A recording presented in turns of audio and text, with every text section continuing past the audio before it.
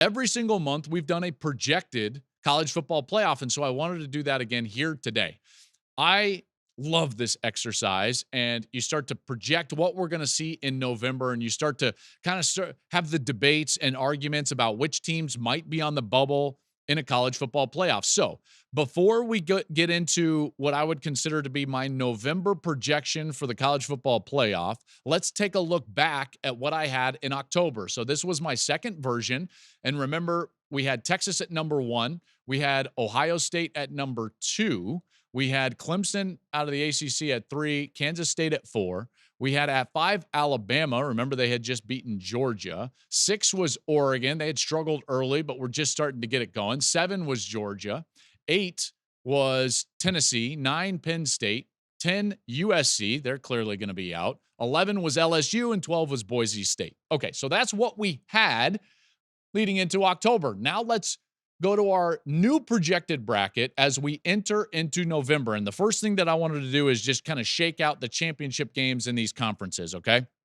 In the Big Ten, I'm going to have Oregon over Ohio State. With those issues on the offensive line, I've got Oregon over Ohio State. In the SEC, I've got Georgia over Texas in a rematch, both of those. In the ACC, I've got Clemson over Miami. And in the Big 12, I've got BYU over Kansas State.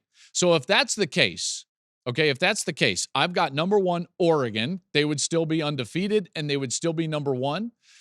2 would be Georgia with the 1 loss to Alabama, but then coming back and beating Texas twice. The only reason they wouldn't be number 1 is that Oregon would be undefeated. They would be number 2.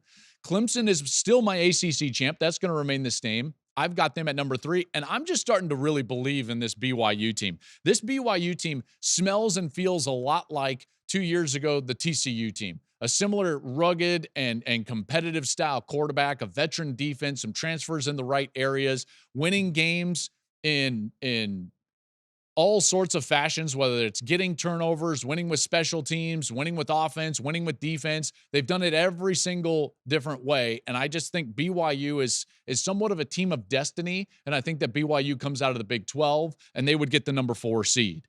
Okay, so then that leaves kind of those conference losers, at least in the Big Ten and in the SEC. So here's how I think it will play out. If Ohio State can get to that game against Oregon, and their only 2 losses would be to Oregon, I think they would be the 5 seed. Remember, that would mean that they would go on the road and win against Penn State. That would mean that they would host Indiana and get that win. So with those marquee wins, and then just like, let's say, a close loss in a neutral against Oregon, I think they would get the 5 seed. Texas would get the 6th seed in a loss in the SEC championship game. They just wouldn't have those monster-style games like the Penn State on the road. Now, maybe A&M is that style, but remember, I've got A&M losing to South Carolina, which loses some of the luster of that win if Texas were able to beat A&M to end the season. So that's where I landed on the 5 and 6 matchup. Those could be flipped, certainly. But if Oregon's number 1 and Ohio State's only 2 losses are to Oregon, they would be 5, and then Texas with their 2 losses to Georgia would be number 6. That leaves now, like, where are we going? I've got a couple of teams now that I think are likely to be 11-1. And I'm going to start with Penn State. I think Penn State is likely to be 11-1, and they're going to be number 7 in my bracket. So, again, even if they were to lose this weekend and they were to win out, I think Penn State at 11-1 with what they have done and the way that they play and what they've done over the last few years, I think they would get that 7 seed. Then Notre Dame would get the 8 seed. So Notre Dame as an 11-1 team, only loss, I get it, to Northern Illinois. And remember, this is part of the reason why Penn State would be 7 and Notre Dame 8 is that the losses would just be so dramatically different, both at home, one to Northern Illinois, the other to Ohio State, right? So in theory, that's an easy pick of Penn State over Notre Dame, both 11-1s. And then we get into these teams that I think are probably 10-2, probably 10-2. And I go number 9, Tennessee. I've got Tennessee at 9, and the reason they're at 9 is because I've got Bama at 10, and they would have the win over Bama. So Tennessee at 9, Bama at 10. That's how you land there. Remember, Bama has the win over Georgia, and in this case, I would have them winning at night at LSU. So they're in. They're absolutely in. You could claim that they would be a bit of a bubble team right there, and they might be.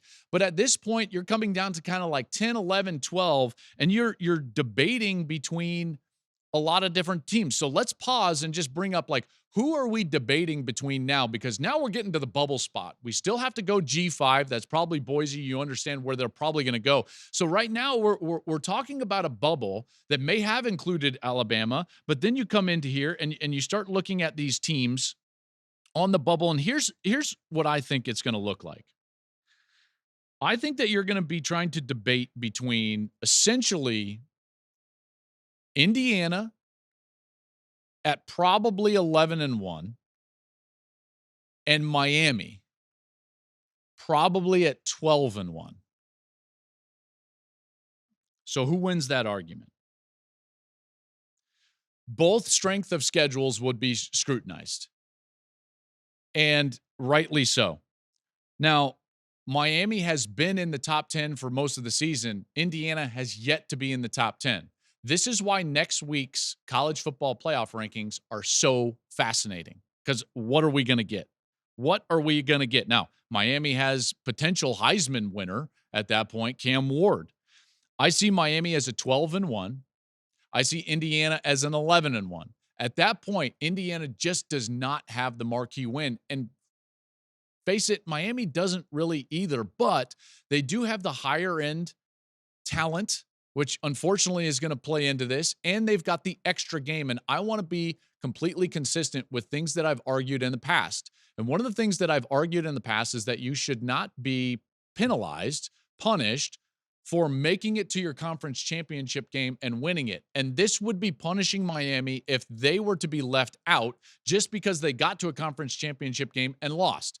Because you could make a theory that, like, well, if Indiana would have gotten to their conference championship game and lost, then they would be 11-2, and this would be a totally moot point. And that's totally fair, which is why at number 11, I'm going to go Miami.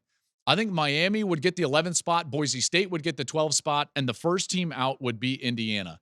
And I'm just telling you right now, folks, Indiana is facing a very narrow road to the playoff. In fact, if you look at Indiana, let's just say they finish 11-1. It would be far better for Indiana to be an 11-1 team with an Ohio State win and a loss to a lesser team rather than winning all the games that they would be favored in and losing to Ohio State, because at least then they could have a feather in their cap of a great win. So I do believe that Indiana's only path to the playoff, other than getting themselves into the Big Ten championship game, is beating Ohio State. I believe that they have to win in the shoe against Ohio State, and then it becomes a more palatable argument. But they're not going to win an argument over Alabama, who's got to win over Georgia. They're not going to win an argument over Miami, who in this case would have 12 wins to 11 wins. So it's a narrow path for Indiana still, and they would, in this case, be on the outside looking in. There's my projection right there. There's my November bracket. I like it. That would be incredible. Tennessee at Notre Dame, sign me up. Bama at Penn State, absolutely. Miami at Texas, you bet. There is no way in the world you can look at this college football season, look at these projections, and think to yourself, man, I'm so pissed that we expanded the playoff. It's like, that's not a thing. Thank you for watching the Joel Klatt Show YouTube channel. And if you liked this clip, make sure to like it and subscribe to the channel, and you can stay up to date on all of my college football coverage.